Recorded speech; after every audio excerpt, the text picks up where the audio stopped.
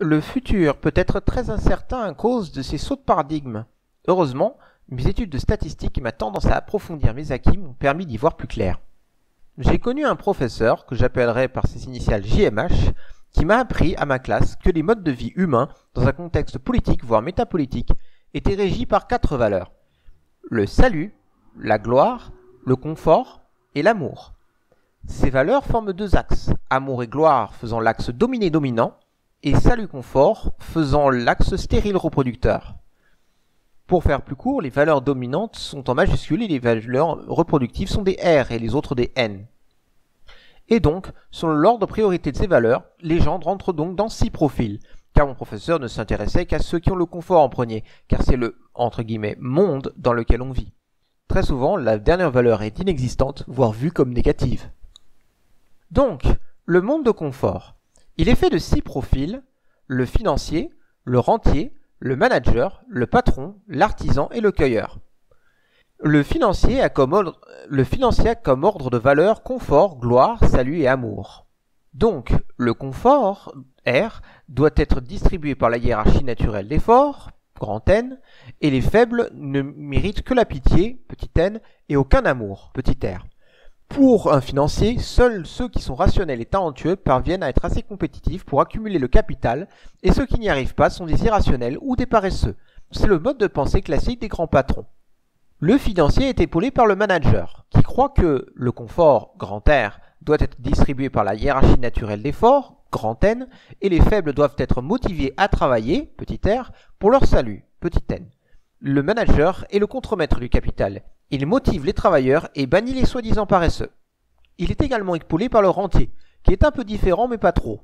Il croit que le confort, R, doit être distribué par la hiérarchie divine, petit n, des forts, grand N, et les faibles qui ne sont pas reconnus par Dieu ne méritent aucun amour, petit r. Ce dernier considère que s'il est né riche, alors les choses lui appartiennent de manière idéale et que ceux qui resquillent sur sa propriété ne méritent rien. Il base sa confiance sur la richesse. Ces 3 profils représentent la droite, ou libéralisme, et sont les dignes héritiers des rois et empereurs du côté gauche du schéma qui est à l'envers, le monde de gloire. Ils utilisent cet héritage pour justifier leur richesse avec laquelle ils dominent les pauvres qui sont allés trop loin en bas à droite et qui est en fait la gauche. Opposé au financier, on a l'artisan. Il est le fier et honnête travailleur qui croit que le confort, grand R, doit être distribué à tout le monde, petit r, alors même que les faibles doivent survivre car c'est leur droit divin, petit n, surtout si les forts veulent leur imposer leur injuste hiérarchie, grand N. L'artisan est épaulé par le patron qui fait miroir au manager. Le patron pense que le confort, grand R, doit être distribué à tout le monde, petit r, surtout ceux qui travaillent dur, grand N, personne ne devrait en mourir, non, petit n. Alors que le manager exhorte tout le monde à travailler pour vivre, le patron cultive les talents pour les faire vivre pour travailler. Et c'est pas grave s'il y en a qui peuvent pas, alors que le manager tue les paresseux. L'artisan a aussi un voisin, le cueilleur, le némésis du rentier. Le cueilleur est plus ou moins similaire au rentier, sauf qu'il sait que la terre est à tous et qu'il suffit d'en glaner les fruits. Il est donc le resquilleur que déteste le rentier et l'archétype du paresseux pour le reste de la droite. Ensemble, ils forment la gauche, ou le socialisme. Ce sont simplement des gens qui veulent être productifs et vivre leur travail plutôt que faire fructifier l'héritage des guerres. Bien sûr, vu que je trouvais l'étude du monde de confort un peu ennuyeuse, j'ai décidé de compléter ce schéma avec les 18 profils restants. Les 3 autres mondes sont apparus comme le passé lointain, le passé relativement proche et le futur. Le monde de salut était la préhistoire, l'époque où l'homme n'avait pas encore dominé la nature. Vu qu'il ne dominait pas les aléas naturels, il y était soumis, et donc soumis à des morts et pertes inexplicables, dont il priait, quand il ne chassait pas, les divinités animistes et les esprits de la nature. Cependant, un outil pour dominer la nature était la reproduction. À l'époque, on priait également les esprits pour le miracle de la vie, et la science n'existait pas. Quand les hommes découvrirent comment se reproduire et trouvèrent des femmes à dominer, alors les déesses mères inscrutables et sans anciens firent place à des dieux masculins guerriers à image humaine. Il y eut donc un schisme entre les tribus aux valeurs anciennes et celles qui dominèrent avec gloire, commençant alors l'histoire alors que les premières civilisations apparurent avec les premiers nobles.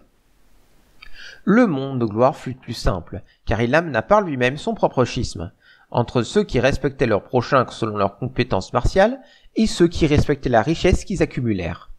Les premiers étaient divisés en chevaliers, croisés et barbares selon pourquoi ils se battaient, alors que les seconds, rois, empereurs et courtisans, se disputèrent sur leur rapport au pouvoir, qui à l'époque était héréditaire.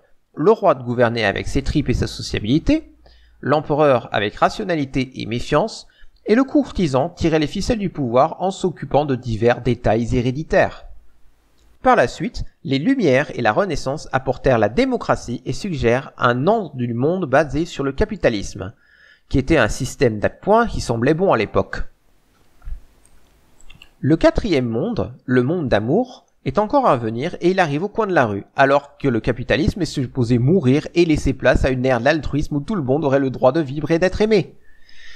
Une des grandes avancées du monde d'amour sera le réseau de lumière, ou relations de pair à pair. Les relations hiérarchiques de toutes sortes, que ce soit professionnelles avec le salariat ou privées avec le mariage, vont disparaître au profit de relations anarchiques. Cela passera donc par la transformation de la promesse maritale en promesse de non-abandon, et donc un amour libre, mais toujours sécurisant. Vous aurez vu que tous les profils du monde d'amour sont au féminin. Le monde d'amour est matriarcal par nature, aussi puissamment que le monde de la gloire était patriarcal. Le monde d'amour est apolitique, donc son schisme n'est pas polarisé. Il y a des indécis, des côtés confortables et salutaires qui sont donc naturellement glorieux. 3 groupes de 2. D'abord, il existe le poids, les confortables. La mère aime être en ménage, en terre, et respecter le miracle de la vie, petit n, en élevant ses enfants loin de toute violence, grand N, alors que l'amante le fait par passion de l'amour, grand N, qu'importe ce que lui dit la raison, petit n. Ce sont eux qui font des enfants pour replacer ceux qui meurent lors de la quête de l'immortalité et rejoindre Dieu. Ensuite, il y a la lumière. La câline est celle qui, entre guillemets, aime dispenser le savoir ou l'amour pur de Dieu, petit n, de manière réconfortante, grand R, et dont la violence, grand N, lui étant inutile, alors que la fée le fait en chamboulant des vies, grand N, tout en considérant le confort, grand R, comme secondaire. Je suis un câlin qui pourrait devenir fée, alors que je crois que Rose Doodle est une fée. J'avais l'impression qu'elle était dans la case mère, mais elle est bien plus libre au final.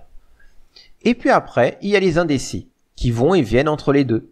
L'ingénu triomphe des élans de violence, grand N, par l'amour pur de Dieu, petit n, qui ne connaît nulle frontière ou mur tel elle, petit r, alors que la butineuse en triomphe par main caresse et ébats, petit r, qu'importe ce que les gens médiseraient, petit n.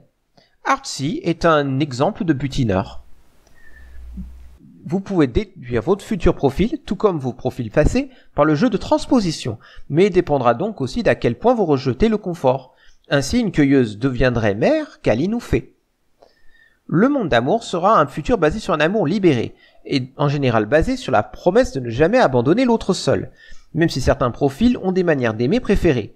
Ainsi, une mère préférera des relations longues et solides, même si la possessivité s'installe, alors qu'une butineuse détestera être ainsi engluée et possédée.